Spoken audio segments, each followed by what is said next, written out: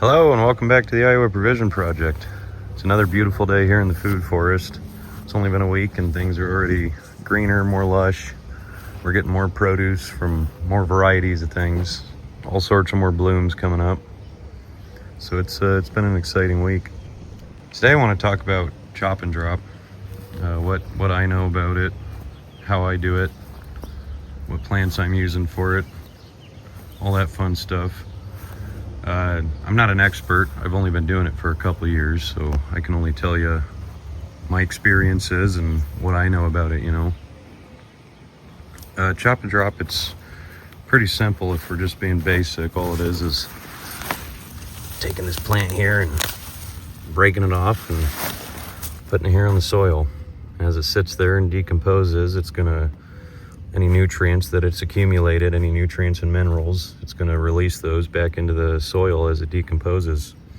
And what that's going to do is it's going to feed your soil, it's going to build your soil, which is the long-term version of it.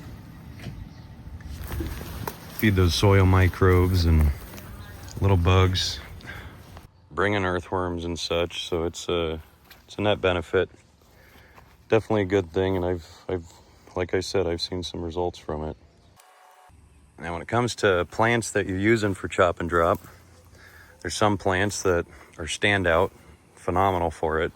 Comfrey is the first one to come to mind. There's plants that you just don't want to use for it at all, I think, and something like that would be like Japanese knotweed, something that's insanely aggressive, truly invasive. It'll outcompete natives and take over ecosystems, and very, very, very, very, very difficult to get rid of. And then there's other plants, and I'll give you an example of one later, that you just might not really want to use. I mean, you can if you do it right, but I've just ran into some noticeable issues that take some extra measures to make them work, if that makes sense. Now, the reason a plant like comfrey works so good, it's a nutrient accumulator. It has nice tap roots on it that go deep into the soil, deeper than a lot of these other plants' roots can. And it accesses nutrients deep in the soil, and then it pulls those nutrients back up and accumulates them. It stores those nutrients in its upper roots and its stems, its leaves, its flowers, all that fun stuff. And so they're really good at fertilizing your soil. Another nice thing about comfrey, compared to some other plants, is it's got a high water content, so it breaks down a lot quicker. We'll touch on it, but I use a lot of agricultural weeds that pop up around here, and they work, but they don't break down as quickly as comfrey. A lot of those aren't as water filled. They're a lot more fibrous, and they just don't break down as quickly. So another great set of plants to use for chop and drop are your legumes.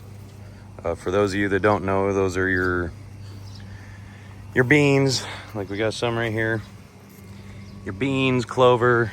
I got some lupine over there that's a perennial, but they're all nitrogen fixers. So what they're doing is they're taking atmospheric nitrogen, and with a relationship between soil bacteria and those legumes' roots, they're fixing that atmospheric nitrogen and turning it into a bioavailable form that they can uptake while they're growing. And then once that plant gets cut down and dies back, the roots and the foliage, they decompose and they feed that nitrogen right back into the soil.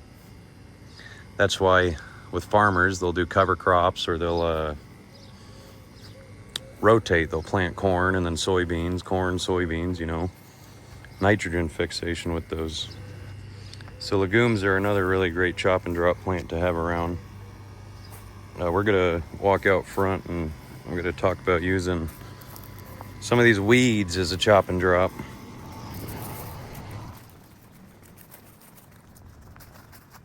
So the story with all the weeds is when I first moved in here, this whole yard was sod, and year after year I keep pulling up more sod to plant more stuff, put beds in, put sections in, all that. And each time I pull up the sod, I just expose the big old seed bank underneath of it, and that's comprised of pigweed and purslane, lamb's quarter, wood sorrel, Even I even have Palmer amaranth that comes in, and anyone who knows anything about Palmer amaranth knows that's another true invasive plant. I mean, it can really disrupt native ecosystems, unlike some of these other ones that are just pioneer plants. Now, I call them pioneer plants because what these agricultural weeds' purpose is to colonize bare and disturbed soil, like everything here. Or for instance, this whole mat, that's weeds. This whole section, I tore up the sod and I planted clover seed. Looking back, I wish I would have just taken the time to sheet mulch it, let it kill the sod, and then just plant the clover seed on top. But I pulled the sod up and I tilled the clover seed into there maybe an inch. And yeah, I got mostly weeds that came up. But we just keep using them as a chop and drop. For example, right here, all this along this wood edge, all this soil here used to look just like this. And well, here, I mean, it's sod, so that's the only reason you can get down there. But you get down there and it's still just dry and ugly. Look at this crap. Just poor soil. Right up here for about 2 months now. Once all these weeds originally grew in, I let them get to a good size, and then I cut them all down and pulled out the ones I could, and I set them down along here. But look at how much this has improved this just within a couple months. Are those roots, or is that some sort of root? I don't know what it is. It's really been improving the soil just in a couple months' time. It's loosened it up already too. It's made it moister, held that water more. Get that weed out of there. So that's been really nice. And I have we'll walk over there real quick after I'm done here. I'll show you a longer term example of it. One weed I do want to point out is something you might not really want to use unless you take some extra measures, is purslane.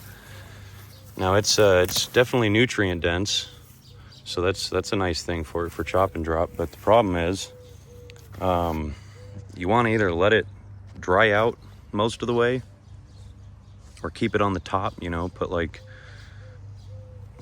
in some spots I have some straw, and then I've been layering these weeds on top of the straw, specifically like the purslane, because what happens is that if that purslane is in a nice moist spot contacting the soil, it's going to sprout. Even just a fragment of the stem, it's going to sprout, and you're going to end up with another purslane plant, which might not be what you want. It's a succulent, you know, so it does a really good job of holding on to moisture. So there's other plants like that you might not want to do it with. Here's some borage. I use this a lot for chop and drop. It's a cousin of comfrey's, so it works relatively the same. I think it decays pretty quick too. I doubt we'll be able to see it. Maybe 2 weeks ago, before this straw was, oh yeah, we can see some of it. There's part of the borage. There was 2 plants right over here. There was one right where those zinnia seedlings are coming in. That plant was the first one to get big and go to flower, and there's plenty more around here, some out back. So I pulled it and put it down right here, helped feed this rosemary plant, and it's already pretty much broken down in just a couple weeks, and that's even being covered in this straw, you know. So it works pretty good for it too. So if you're like me and you got a lot of weeds that you're fighting, those you can use them to your advantage. And if you've seen any of my shorts and stuff and you didn't know already, then you're finding out a lot of these are actually edible and pretty good for you too. But we're gonna run out here quick and give you a good example before we let you guys go. Look how pretty that flower rose coming in here. So over here, when I first moved in this place 4 years ago, it was all gravel. It was like real fine, like almost pea gravel. This whole spot that's blocked off by these railroad ties. The first year I was here, there wasn't very much stuff that grew in here. It was mainly just rock. The next year, I started getting grass and some other weeds and stuff, and each year I just kept cutting everything down and laying it down right here where it is. And we're in year 4, and I have some beautiful mint plants, some chocolate mint. I'm pretty sure this one's spearmint. There's some peppermint back here. There's this beautiful fruit tree. This one, I mean, it is a peach tree, but it's a rootstock that came up, and I gotta figure that out. If there's anyone knowledgeable with fruit trees, let me know if it'd be more worth it to dig it up or to try to graft a different peach tree onto it. I mean, I'll still end up looking into it myself, but if there's anyone that sees this and has some knowledge, I'd be happy to take it. But yeah, all this is gravel, and I mean, you can see it's just built up weeds, because you can still see some of them rocks in there too. But each year it just builds up more and more plants grow in here each year. Beginning of spring, I took a bunch of zinnia and cosmos seeds and just spread them out randomly throughout here to help fill in, bring in more pollinators. And well, as you can see, there's all sorts of cosmos. Basically, this area over here is the cosmos, and then everything over there is the zinnias, as you can kind of see. There's still more cosmos and bachelor button, but sunflowers over here. But yeah, it's worked really good. Worked really good over here. So I appreciate you guys watching. I hope you learned something. Later this week, we're going to be putting out a kind of July progress update. Well, we'll do a couple of them just because I can get to rambling, so we're probably going to do it in 2 or 3 parts, whatever it takes. Keep it at a watchable length, not bore everybody with an hour and a half long video. So hopefully I'll see you guys there. Like I said, thanks again for watching, and hopefully we'll see you guys next time.